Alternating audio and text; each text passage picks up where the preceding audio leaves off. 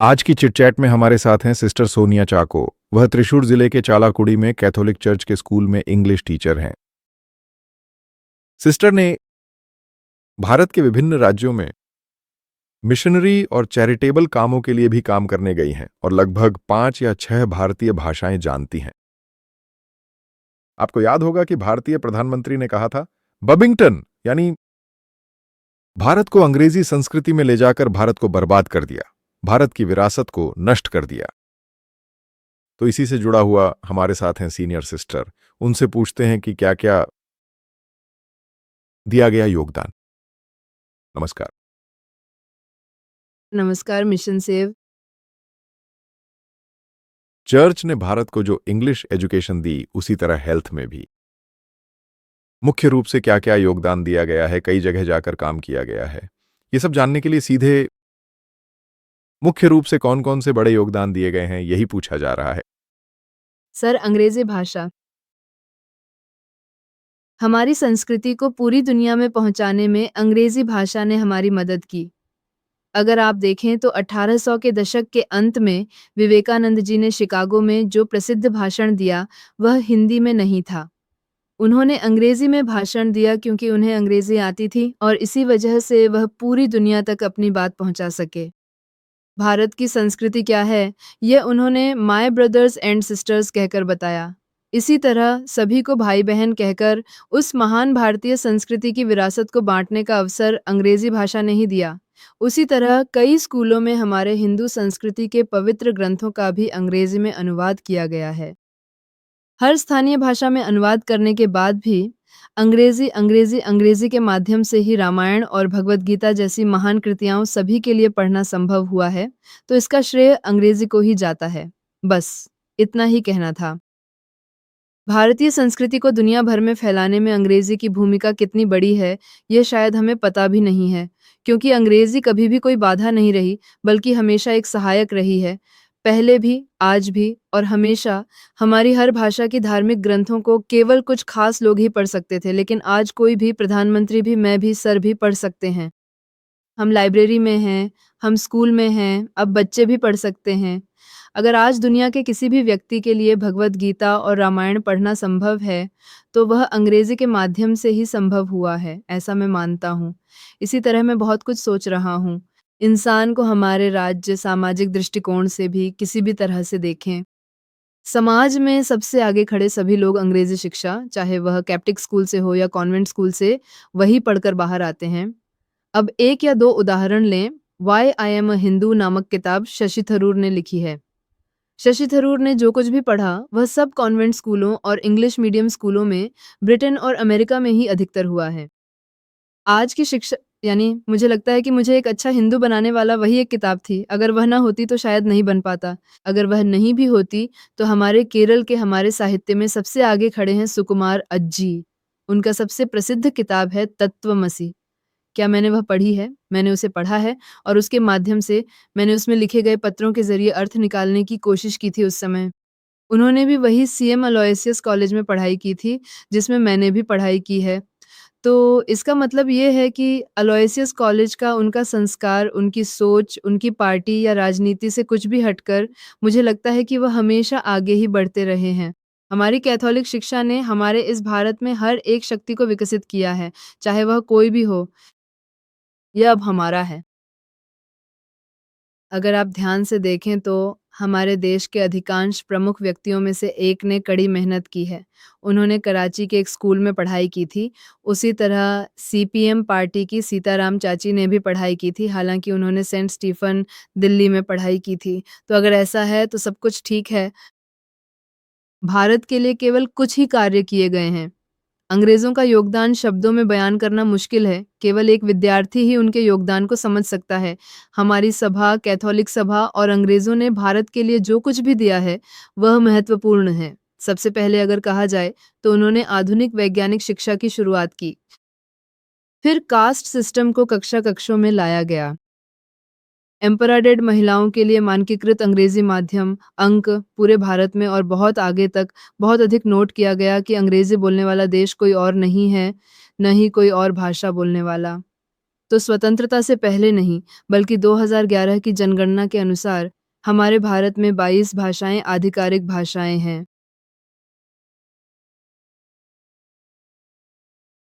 100 में से 21 प्रमुख भाषाएं हैं।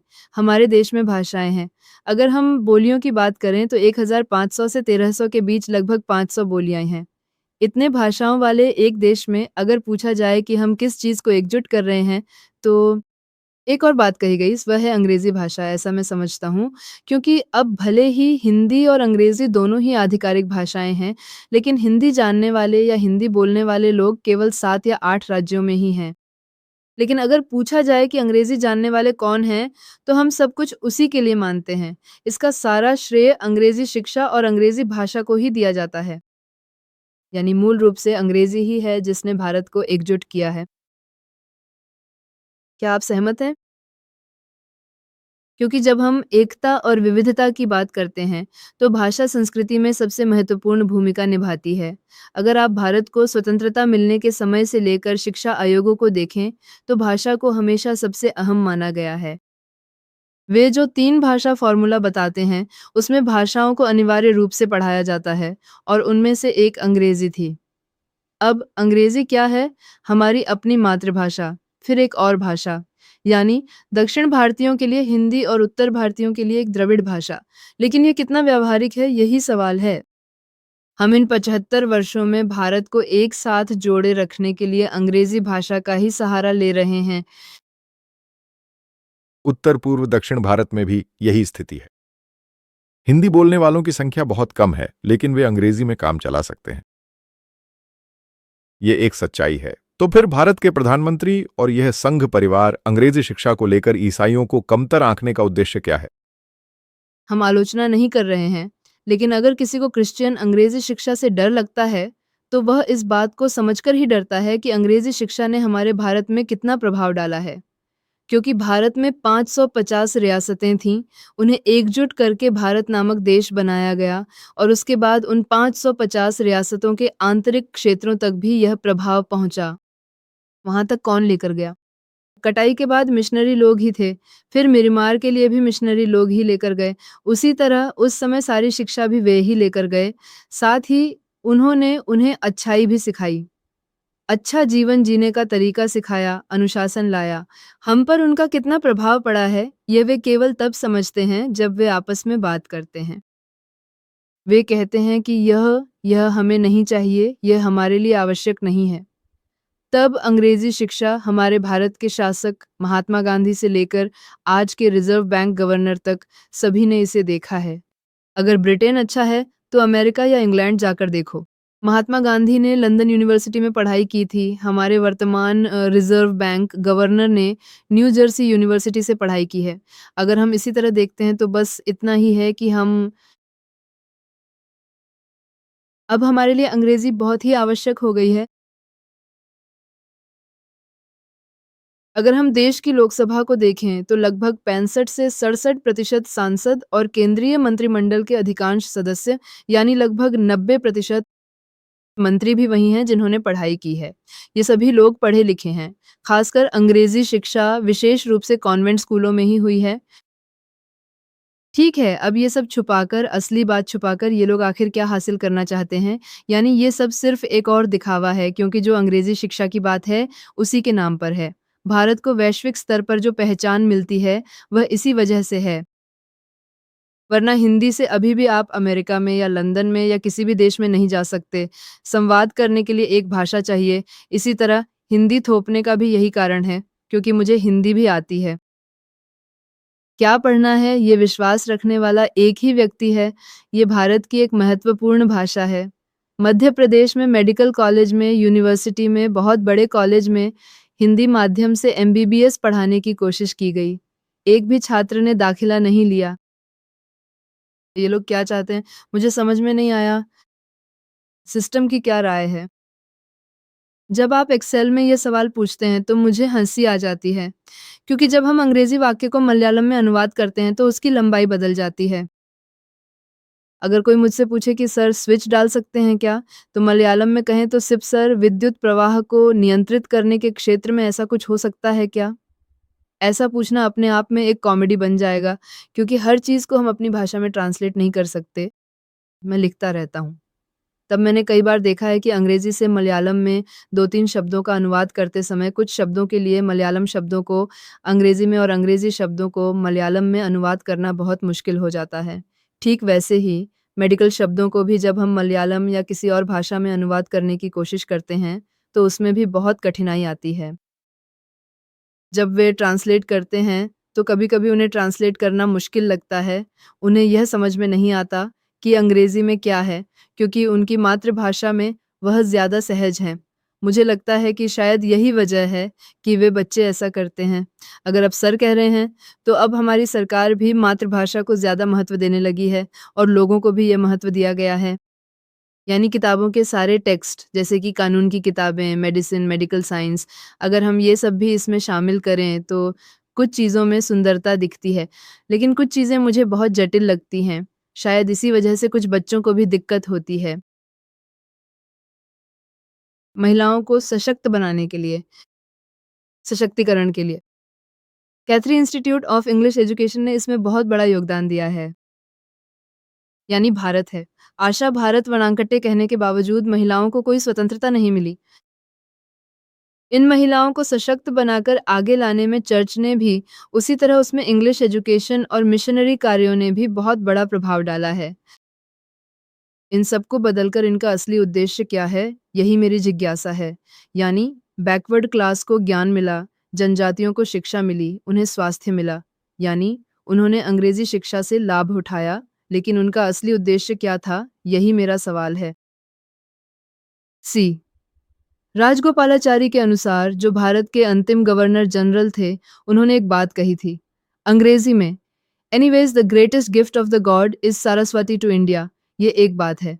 दूसरी बात, जब मैं पढ़ रहा था, मैंने बहुत सारे शिक्षा आयोगों के बारे में पढ़ा है।